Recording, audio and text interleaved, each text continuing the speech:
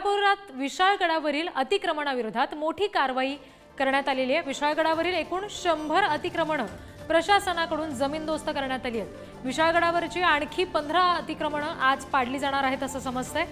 एकंदरीत छत्रपती संभाजीराजे यांनी प्रत्यक्ष विशाळगडावर ते गेले, तिथे जी मोहीम उभारली त्यानंतर आता उशिरानं का होईना पण प्रशासनाला जाग आली म्हणावं लागेल, कारण 100 अतिक्रमणे जमीनदोस्त करण्यात आली आहेत।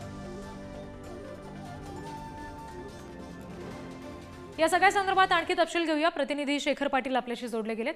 शेखर, काय नेमकं आज विशाळगडावर घडू शकतं? अजूनही अतिक्रमण आहेत का की जी जमीनदोस्त करणं बाकी आहे? रिद्धी, अजूनही जवळपास 15 अतिक्रमणं जी आहेत ती पाडणं बाकी आहे। आतापर्यंत बघितलं तर 100हून अधिक अतिक्रमणं जी आहेत ती प्रशासनानं जमीनदोस्त त्या ठिकाणी केलेली आहेत। आपल्याला माहिती आहे की विशाळगड मुक्ती आंदोलनामध्ये खरं तर हिंसक वळण लागलं होतं आणि त्या आंदोलनानंतर प्रशासनाला जाग आल्याचं पाहायला मिळते।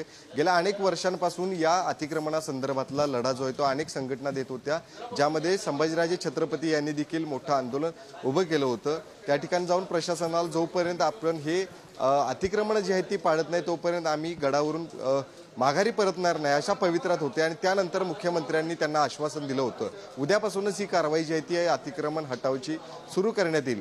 आणि त्यानुसार आपण बघितलं तर मागील 2 दिवसांपासून पहिल्याच दिवशी जवळपास 70 अतिक्रमण जी आहेत ती पाडण्यात आली होती आणि त्यानंतर काल दिवसभरात 30 अतिक्रमण जी आहेत ती पाडण्यात आलेली आहेत आणि आज बुधवारी सलग 3ऱ्या दिवशी ही अतिक्रमण पाडण्याची कारवाई जी आहे ती सुरू राहणार आहे। आज दिवसभरात जवळपास 15 अतिक्रमणं जी आहेत ती देखील पाडण्यात येतील अशी माहिती मिळते। त्यामुळे एकंदरीतच हे आंदोलनानंतर मोठं हिंसक वळण देखील लागलं असलं तरी दुसरीकडे मात्र ज्यासाठी हे आंदोलन सुरुवातीला उभं केलं होतं, जे विशाळगडावरती अतिक्रमणं होती ती मात्र आता जमीनदोस्त करण्याची प्रक्रिया प्रशासनाकडून सुरू असल्याचं पाहायला मिळतं। जी शेखर, धन्यवाद या सगळ्या तपशिलांसाठी।